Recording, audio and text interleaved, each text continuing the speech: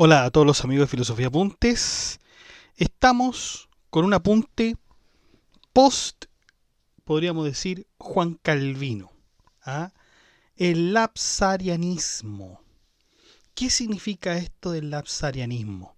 Fue una discusión teológica dentro del cristianismo reformado con respecto a la predestinación y la caída de Adán. ¿Mm?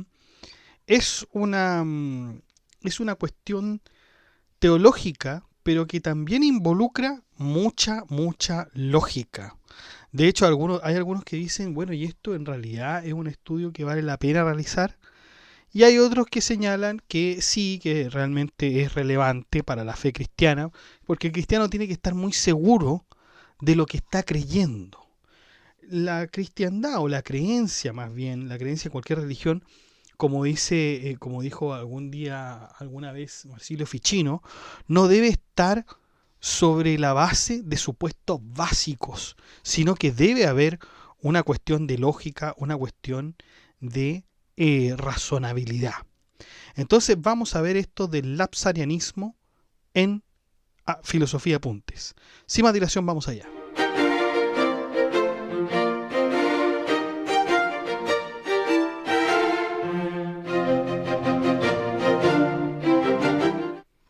Bueno, el lapsarianismo es una corriente teológica dentro del cristianismo reformado que busca explicar el orden lógico de los decretos divinos en relación con la predestinación y la caída de Adán. Su nombre proviene del término latino lapsus, que significa caída, haciendo referencia al pecado original relatado en el libro del Génesis. A lo largo de la historia del pensamiento cristiano se han desarrollado distintas posturas en torno a esta cuestión, especialmente dentro del calvinismo. La controversia gira en torno a un problema clave. ¿Cuándo decretó Dios la elección y reprobación de los seres humanos en relación con la caída?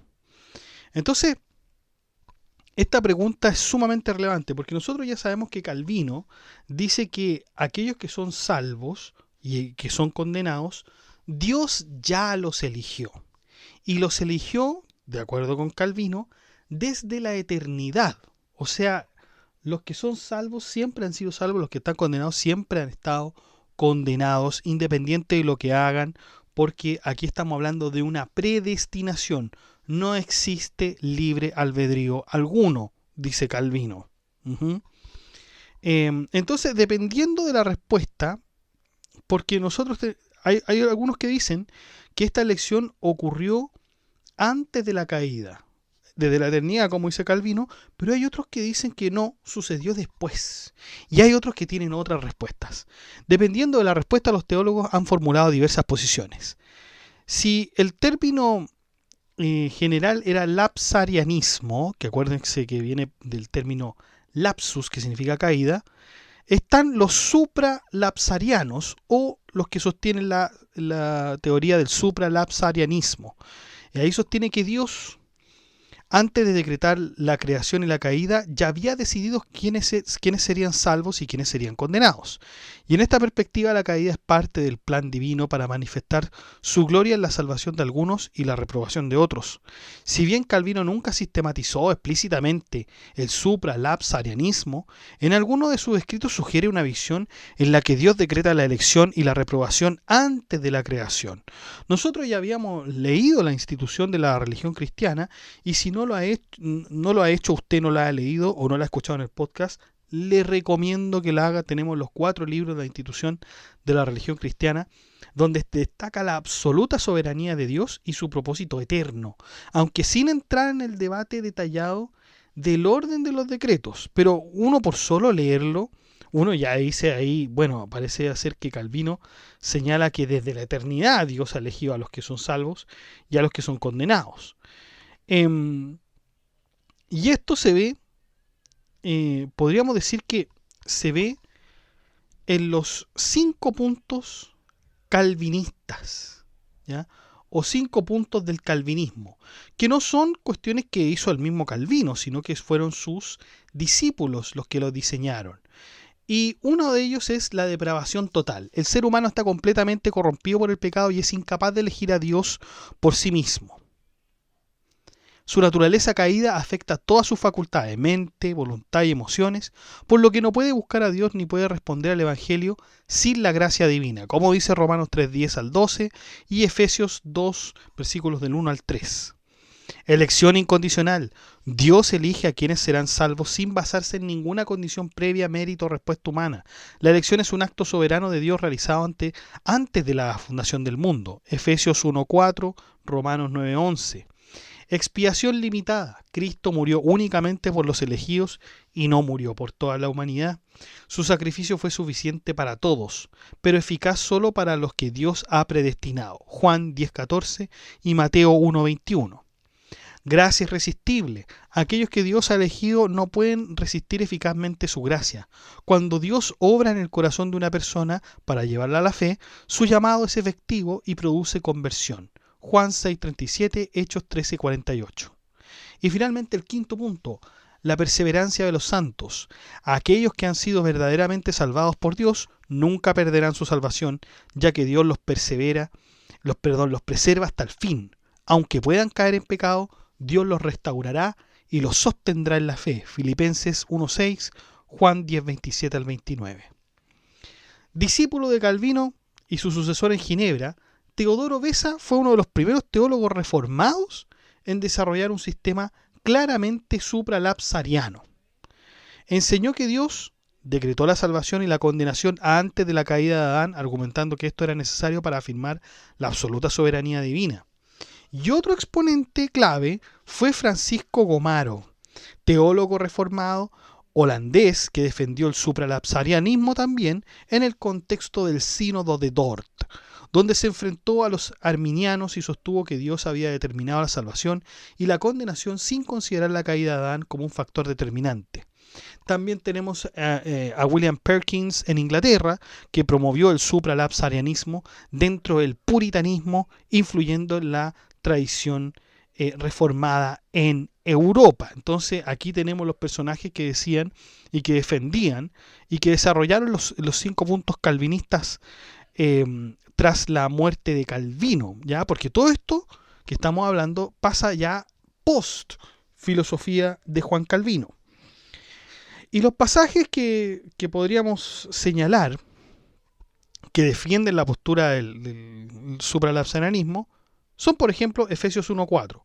Según nos escogió en él antes de la fundación del mundo, para que fuésemos santos y sin mancha delante de él, en amor habiéndonos predestinado para ser adoptados hijos suyos por medio de Jesucristo, según el puro efecto de su voluntad. O sea, el Efesios 1:4 ya nos dice que nos escogió antes de la fundación del mundo.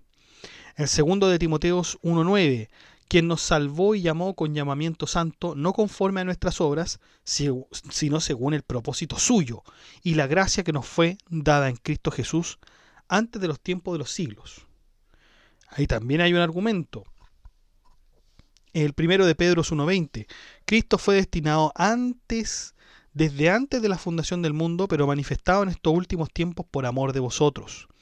Romanos 9:11, pues no habían aún nacido, ni habían hecho aún ni bien ni mal, para que el propósito de Dios, conforme a la elección, permaneciese, no por las obras, sino por el que llama. Romanos 9:20, mas antes, oh hombre, ¿quién eres tú para que alterques con Dios? Dirá el vaso de barro al que lo formó, ¿por qué me has hecho así? ¿O no tiene potestad el alfarero sobre el barro para hacer de la misma masa un vaso para honra y otro para deshonra? Bueno, eso es entonces lo que el modo en que los supralapsarianos se defienden esta postura de que la verdad la elección ocurrió antes de la caída de Adán, antes de la formación del mundo, etc. Y también están los supralapsarianos, obviamente, lógicamente, están los infralapsarianos, que argumentan que Dios primero decretó permitir la caída de Adán y posteriormente decidió la elección y la condenación de los individuos dentro de la humanidad ya caída. Así la elección divina es vista como una respuesta al pecado en lugar de un decreto previo a la creación. Los pasajes que fundamentan su doctrina son el Génesis 3:15, y pondré enemistad entre ti y la mujer, y entre tu simiente y la simiente suya. Ésta te herirá en la cabeza y tú le herirás en el calcañar. Los infralapsarianos ven este pasaje como una indicación de que Dios permitió la caída antes de prometer la redención a través de Cristo. El Romanos 5:12 dice: por tanto, como el pecado entró en el mundo por un hombre y por el pecado la muerte, así la muerte pasó a todos los hombres por cuanto todos pecaron. Y esto respalda la idea de que la humanidad cayó en pecado primero, y en ese contexto Dios eligió salvar a algunos. El Efesios 2:1-5, que señala: y Él os dio vida a vosotros, cuando estabais muertos en vuestros delitos y pecados, en los cuales anduvisteis en otro tiempo siguiendo la corriente de este mundo, conforme al príncipe de la potestad del aire. Y aquí se enfatiza que Dios salva a personas ya caídas, lo que implica que su decreto de elección ocurre después de la caída y no antes. El segundo de Timoteo 1:9, quien nos salvó y llamó con llamamiento santo, no conforme a nuestras obras, sino según el propósito suyo y la gracia que nos fue dada en Cristo Jesús antes de los tiempos de los siglos. Aunque este pasaje menciona la gracia dada antes del tiempo, los infralapsarianos lo interpretan en el sentido de que esta gracia fue planificada para una humanidad caída, no decretada antes de la caída. Tito 3:5, nos salvó no por obras de justicia que nosotros hubiéramos hecho, sino por su misericordia, por el lavamiento de la regeneración y por la renovación del Espíritu Santo. Es decir, Dios salva a personas ya caídas y necesitadas de regeneración, lo que implica que el decreto de salvación viene después de la caída. Mateo 11:28, venid a mi lado, todos los que estáis trabajados y cargados, y yo os haré descansar. Si la elección hubiera sido decretada antes de la caída, este llamado a los pecadores caídos no tendría ningún sentido. Hechos 17:30, pero Dios, habiendo pasado por alto los tiempos de esta ignorancia, ahora manda a todos los hombres en todo lugar que se arrepientan. Entonces los infralapsarianos dicen, si la elección y la reprobación hubieran sido decretadas antes de la caída, este llamado al arrepentimiento no tendría sentido. Tenemos a un personaje muy importante después de la filosofía y la vida de Juan Calvino. Y este personaje es Jacobo Arminio, un teólogo protestante también del siglo XVI, que desarrolló una perspectiva distinta sobre la predestinación en contraste con la postura calvinista de su tiempo. Y aunque inicialmente se le encomendó refutar tanto la teología de Cohnert como el infralapsarianismo, tras un estudio más profundo, Arminio encontró conflictos internos respecto a estas doctrinas, y esto lo llevó a dedicar más tiempo al estudio de continuar con su refutación. Arminio criticó especialmente el supralapsarianismo, que sostenía que Dios había decretado la elección y la reprobación antes de la creación y la caída del hombre. Consideraba que esta visión no solo distorsionaba las enseñanzas de Juan Calvino y otros reformadores, sino también la de los padres de la Iglesia y teólogos escolásticos. Su oposición fue tan influyente que durante el siglo XVII la teología reformada tendió a inclinarse hacia el infralapsarianismo. En lugar de adherirse estrictamente al infralapsarianismo, Arminio propuso una perspectiva cristocéntrica de la predestinación. Para él, Dios primero designó a Jesucristo como Redentor y Salvador de la humanidad, y la elección divina se basaba en la fe prevista en Cristo. Y de este modo la predestinación se entendía en función de la respuesta del individuo a la gracia ofrecida en Cristo, enfatizando la responsabilidad humana y la universalidad de la oferta de salvación. Para Arminio, aceptar el supralapsarianismo sería aceptar que Dios es autor del pecado. En el año 1618, se celebró la asamblea eclesiástica conocida como el Sínodo de Dort. Su principal objetivo fue abordar la controversia surgida por las enseñanzas de los remonstrantes o arminianos, quienes cuestionaban aspectos claves de la doctrina calvinista, especialmente en relación con la predestinación y la gracia. El sínodo concluyó con la reafirmación de la doctrina reformada en 5 puntos principales conocidos posteriormente como los 5 puntos del calvinismo: depravación total, la elección incondicional, la expiación limitada, gracia irresistible y la perseverancia de los santos que habíamos hablado anteriormente. Y a diferencia del calvinismo, el arminianismo enfatiza la responsabilidad humana, la gracia preveniente y la posibilidad de perder la salvación. Y estos son los 5 puntos del arminianismo. Y fíjense que es de la siguiente manera, o sea, si nosotros hablamos en el calvinismo de la depravación total, los arminianos van a hablar de la depravación parcial. Aunque el ser humano ha sido afectado por el pecado, no está totalmente incapacitado para buscar a Dios. La gracia preveniente de Dios restaura la capacidad del hombre para responder libremente al Evangelio. La elección no es un incondicional, sino que depende de la fe del individuo. Si en los 5 puntos calvinistas estaba la elección incondicional, los arminianos tienen la elección condicional. Dios elige para la salvación a aquellos que, en su presciencia, prevé que creerán en Cristo. La elección no es un decreto absoluto de Dios antes de la creación, sino que depende de la fe del individuo. En tercer lugar está la expiación universal. Cristo murió por toda la humanidad, no solo por los elegidos. La expiación de Cristo hace posible la salvación de todos, pero solo se aplica a quienes creen. La salvación es potencialmente accesible a todos, pero no se impone a absolutamente nadie. Y claro, entonces en el calvinismo teníamos la expiación limitada, pero en los arminianos teníamos la expiación universal. Si en el calvinismo teníamos la gracia irresistible, para los arminianos la gracia va a ser resistible. La gracia de Dios actúa en el corazón de todos los hombres para traerlos a la salvación, pero esta gracia puede ser resistida. El ser humano tiene la libertad de aceptar o rechazar la salvación ofrecida por Dios. Y finalmente, en los puntos calvinistas teníamos la perseverancia de los santos. En cambio, los arminianos van a señalar la caída de los santos o posibilidad de perder la salvación. La salvación no es necesariamente eterna. Un creyente puede abandonar la fe y perder su salvación si no persevera en la fe. No todos los arminianos están de acuerdo en este punto en todo caso, ya que algunos creen en la seguridad de la salvación. Pero en general estos son los 5 puntos del arminianismo.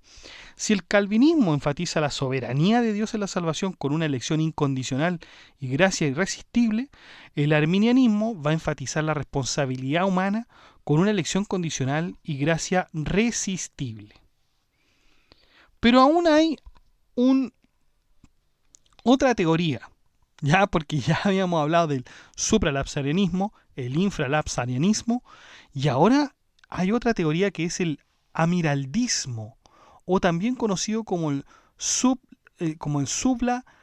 sublapsarianismo moderado, que es una posición intermedia que afirma que Dios proveyó la redención en Cristo para toda la humanidad antes de decretar la elección individual de los creyentes.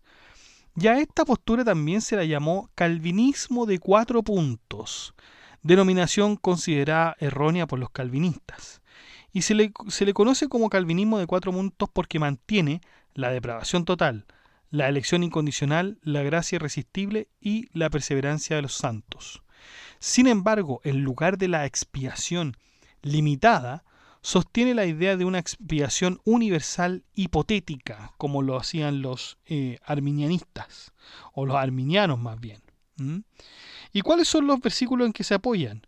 Juan 3:16, porque de tal manera amó Dios al mundo que ha dado a su Hijo unigénito para que todo aquel que en Él cree no se pierda, mas tenga vida eterna. Este versículo destaca el amor de Dios por todo el mundo y la provisión de salvación para todo aquel que cree, sugiriendo una oferta universal de redención. El primero de Timoteo 2:3, porque esto es bueno y agradable delante de Dios nuestro Salvador, el cual quiere que todos los hombres sean salvos y vengan al conocimiento de la verdad. Aquí se expresa el deseo de Dios de que todos los hombres alcancen la salvación, lo que implica una intención universal en la expiación. En segundo de Pedro 3:9, el Señor no retarda su promesa según algunos la tienen por tardanza, sino que es paciente para con nosotros, no queriendo que ninguno perezca, sino que todos procedan al arrepentimiento. Y aquí obviamente refuerza la idea de que Dios no desea que nadie perezca, sino que todos se arrepientan, apoyando la noción de una expiación destinada a todos. Moisés Amiraut y su mentor, el escocés John Cameron, fueron teólogos reformados considerados los máximos exponentes de esta doctrina. El amiraldismo se diferencia de estas dos posiciones, del supralapsarianismo y el infralapsarianismo, en que introduce la idea de una expiación universal hipotética. Según Amirault y Cameron, Dios decretó que la expiación de Cristo sería suficiente para todos y ofrecida a todos bajo la condición de la fe. Sin embargo, reconociendo que, debido a la depravación total, ninguno creería por sí mismo, Dios eligió a ciertos individuos a quienes otorgaría la fe necesaria para aceptar la salvación.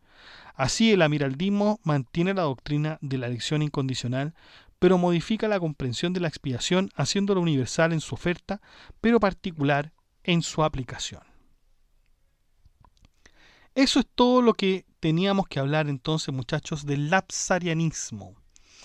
El debate entre supralapsarianos e infralapsarianos no es solo una cuestión teológica abstracta, sino que también toca temas fundamentales con respecto a la soberanía de Dios, la responsabilidad humana y también el problema del mal.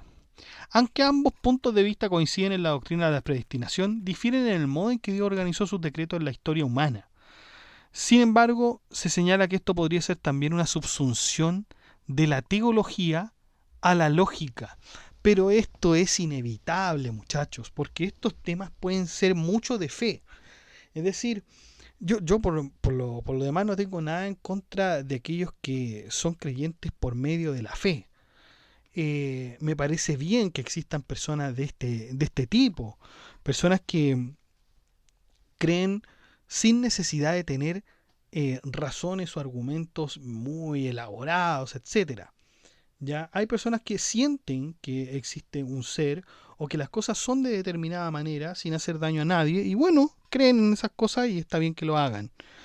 Pero cuando nosotros empezamos a analizar estas cosas, que si bien son de orden teológico, y aunque la teología se llama, se traduce como el estudio de Dios, necesariamente tenemos que volcarnos a la lógica. La fe tiene que ser algo que también a nosotros nos haga sentido. No solamente que nosotros podamos reconocer en nuestro interior por cuestiones espirituales, etcétera. También tiene que hacernos un sentido lógico. Y aquí estos hombres, que no tenemos duda que han estudiado de teología, tuvieron esta discusión en aquel tiempo. Y lógicamente la tuvieron porque de apoyar un punto, no extremo, pero apoyar un punto, lógicamente se va a desarrollar otro. Se va a desarrollar otro. Podrían quedar solamente dos puntos o agregarse un tercero, como el amiraldismo que hablábamos. Pero la cuestión es que es necesario que, hablando de cosas que requieran lógica, surjan este tipo de posiciones, por muy espirituales o por muy divinas que sean estas discusiones. Así que eso, muchachos, les quería hablar del lapsarianismo. Los invito al grupo de WhatsApp para que se enteren de las últimas novedades y también que ingresen a la comunidad de WhatsApp, que está todo en la descripción del podcast, y comenten ahí, pueden hacer algún debate.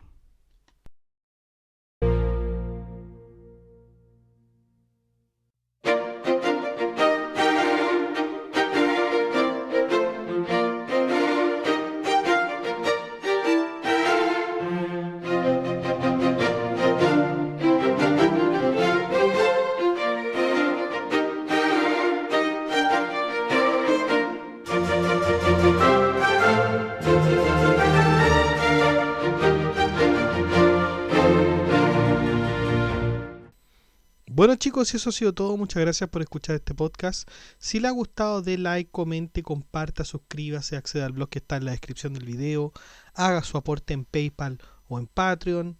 Saludamos a nuestros mecenas romanos, que son Abstract Panicker, Ricardo, Jorge Ríos, Vicky Serra y Noecita, que colaboran con este proyecto de Filosofía Apuntes mensualmente. Un abrazo a todos. También saludamos a nuestro mecenas medieval, que es Gab Welter, que también colabora con una membresía un poco más alta que los mecenas romanos y que ya se ha mantenido en el tiempo apoyando este proyecto educativo. Muchas gracias, Gab Welther. Un abrazo también. Y usted puede ser colaborador en Filosofía Apuntes inscribiéndose en las membresías que aparecen en el botón unirse de cada video. Usted presiona el botón unirse, van a aparecer 4 membresías con distintos precios y usted puede elegir el que mejor le convenga. Si no le acomoda ninguno de esos precios, de todas maneras usted puede colaborar con Filosofía Apuntes haciendo clic en el botón gracias y poner la suma que a usted más le acomode. Que estén muy bien, cuídense, chao.